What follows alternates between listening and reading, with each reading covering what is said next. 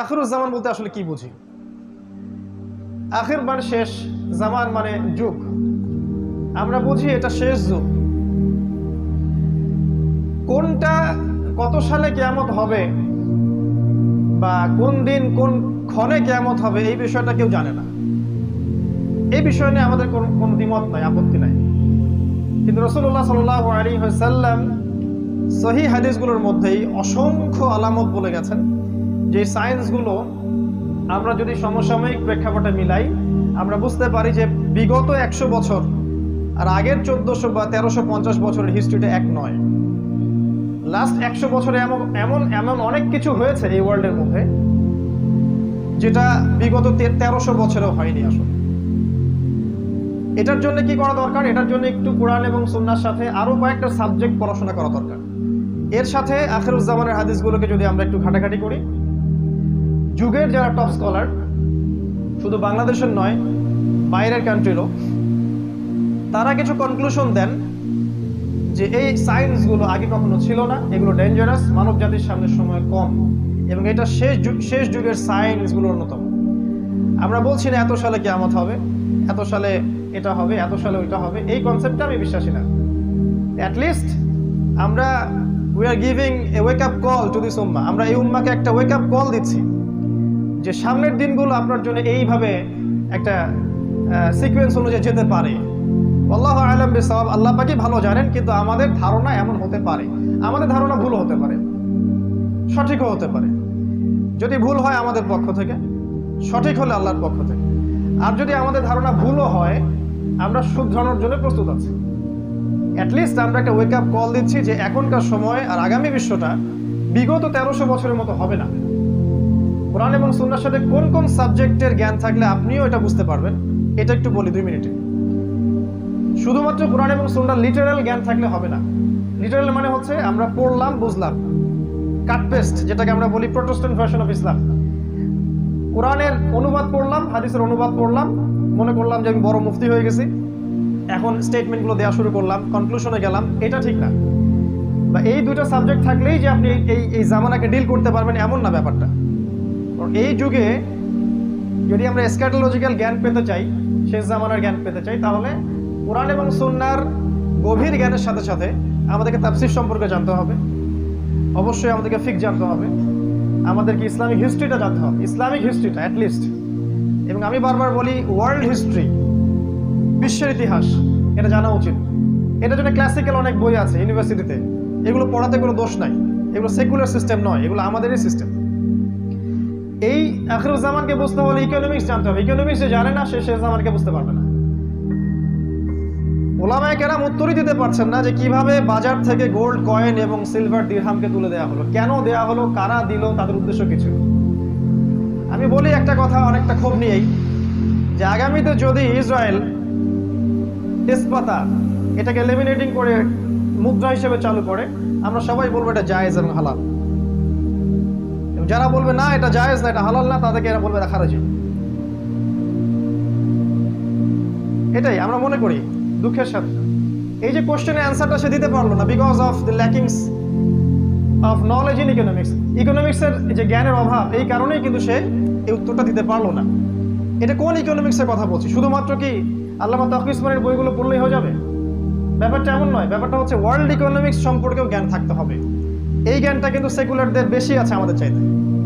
কিছু বিষয়ে হজম করা উচিত, এই জ্ঞানগুলো ওদের বেশি আছে আমাদের চাইতে। না হলে ওরা রিবাকে দিয়ে, সুদকে দিয়ে আপনাকে ডমিনেট করতে পারতো না। সারা ওয়ার্ল্ডে আপনাকে সুদ খাওয়াচ্ছে। অ্যাজ এ মুসলিম আপনি সুদ খাচ্ছে, আমি সুদ খাচ্ছি, কম বেশি সবাই জড়িত। কিন্তু আমাদের ফাইন্যান্সটা কোথায় গেল? ইকোনমিক সিস্টেমটা কোথায় গেল? আমরা কেন এমন কোনো সিস্টেম লঞ্চ করতে পারলাম না যেটা আমাদেরকে হালালের মধ্যে রাখবে? আর ওরা কিভাবে রিবা দিয়ে সারা ওয়ার্ল্ডকে ডমিনেট করলো? আজকে সকালে আমি একটা হাদিস পড়ছিলাম, যদিও হাদিসটা সনদটা দুর্বল।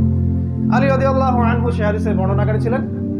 তিনি বলছিলেন দাজ্জালকে ফলো করবে এমন কিছু মানুষ যারা সুদখোর, যারা রিবা বা সুদকে কেন্দ্র করে তাদের পুরো ইকোনমিক সিস্টেমটা লঞ্চ করেছে। কোন কান্ট্রি সেটা? আমরা যদি একটু ওয়ার্ল্ড ইকোনমিক্স ঘাঁটি, দেখবো সারা ওয়ার্ল্ডে একটা কান্ট্রি আছে, একটা সভ্যতা আছে যারা সুদকে দিয়ে সারা বিশ্ব শাসন করছে। এর মাস্টার মাইন্ড ইসরায়েল, আর সেখানে জিউসরা আছে। যাই হোক, ল্যাকিংস অফ নলেজটা কোথায়? ইকোনমিক সেকশনে ছিল না। এটা শেষ জামানার জ্ঞান অর্জন করতে হলে আপনাকে থাকতে হবে।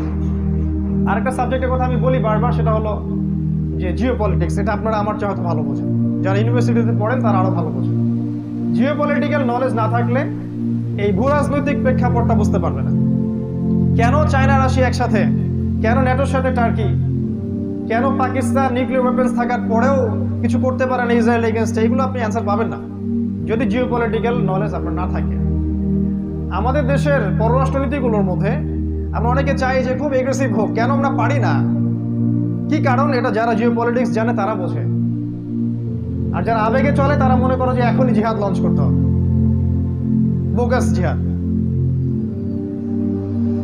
আবার অনেক প্রশ্নের উত্তর, কিভাবে ইসরায়েল রাইজ করলো, কেন ব্রিটেন সারা ওয়ার্ল্ডকে শাসন করেছিল, তারপরে কিভাবে তারা আমেরিকাকে নিয়ে আসলো, রিপ্লেস করলো, অনেক প্রশ্নের উত্তর পাবেন না আপনি যদি আপনি জিও পলিটিক্স না জানেন, এর সাথে কোরআন সুন্নাহ না জানেন।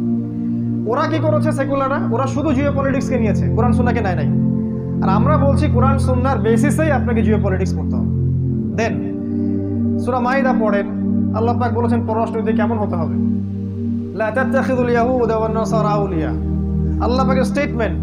আমরা কিন্তু এখানে হেদায়েত নেই নাই। লা তাজিদান্না আশাদ্দান নাস আদাওয়াতাল লিল্লাযিনা আমানু আল ইয়াহুদ ওয়াল্লাযিনা আশরাকু, মুমিনদের জন্য সবচেয়ে বড় শত্রু দুইটা দল, আল ইয়াহুদ আল্লাযিনা আশরাকু, যারা শিরক করে। এগুলো কি সাহাবায়ে কেরাম মেনে চলেন নাই?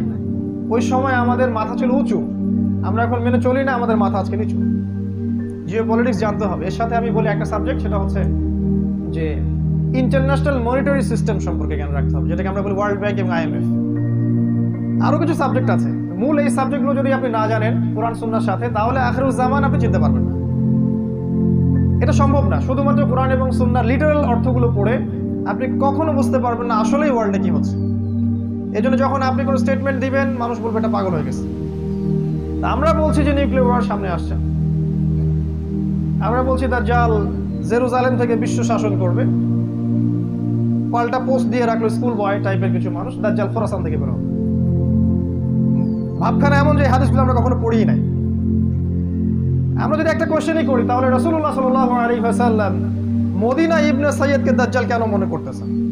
Answer me. রাসূলুল্লাহ সাল্লাল্লাহু আলাইহি ওয়াসাল্লাম মদিনায় ইবনে সাইয়্যিদকে কেন দাজ্জাল মনে করছেন? হে ওমর, ও যদি দাজ্জাল হয়ে থাকে তুমি ওকে হত্যা করতে পারবে না, আর ও যদি দাজ্জাল না হয়ে থাকে নিরাপরাধ ব্যক্তিকে হত্যার মধ্যে কোনো ফল নেই। ইবনে সাইয়্যিদ বলছে, আল্লাহর কসম আমি জানি দাজ্জাল কে, তার পিতার নাম কি, বা ইত্যাদি ইত্যাদি। হাদিসগুলো পড়ে দেখেন, বুখারী মুসলিম।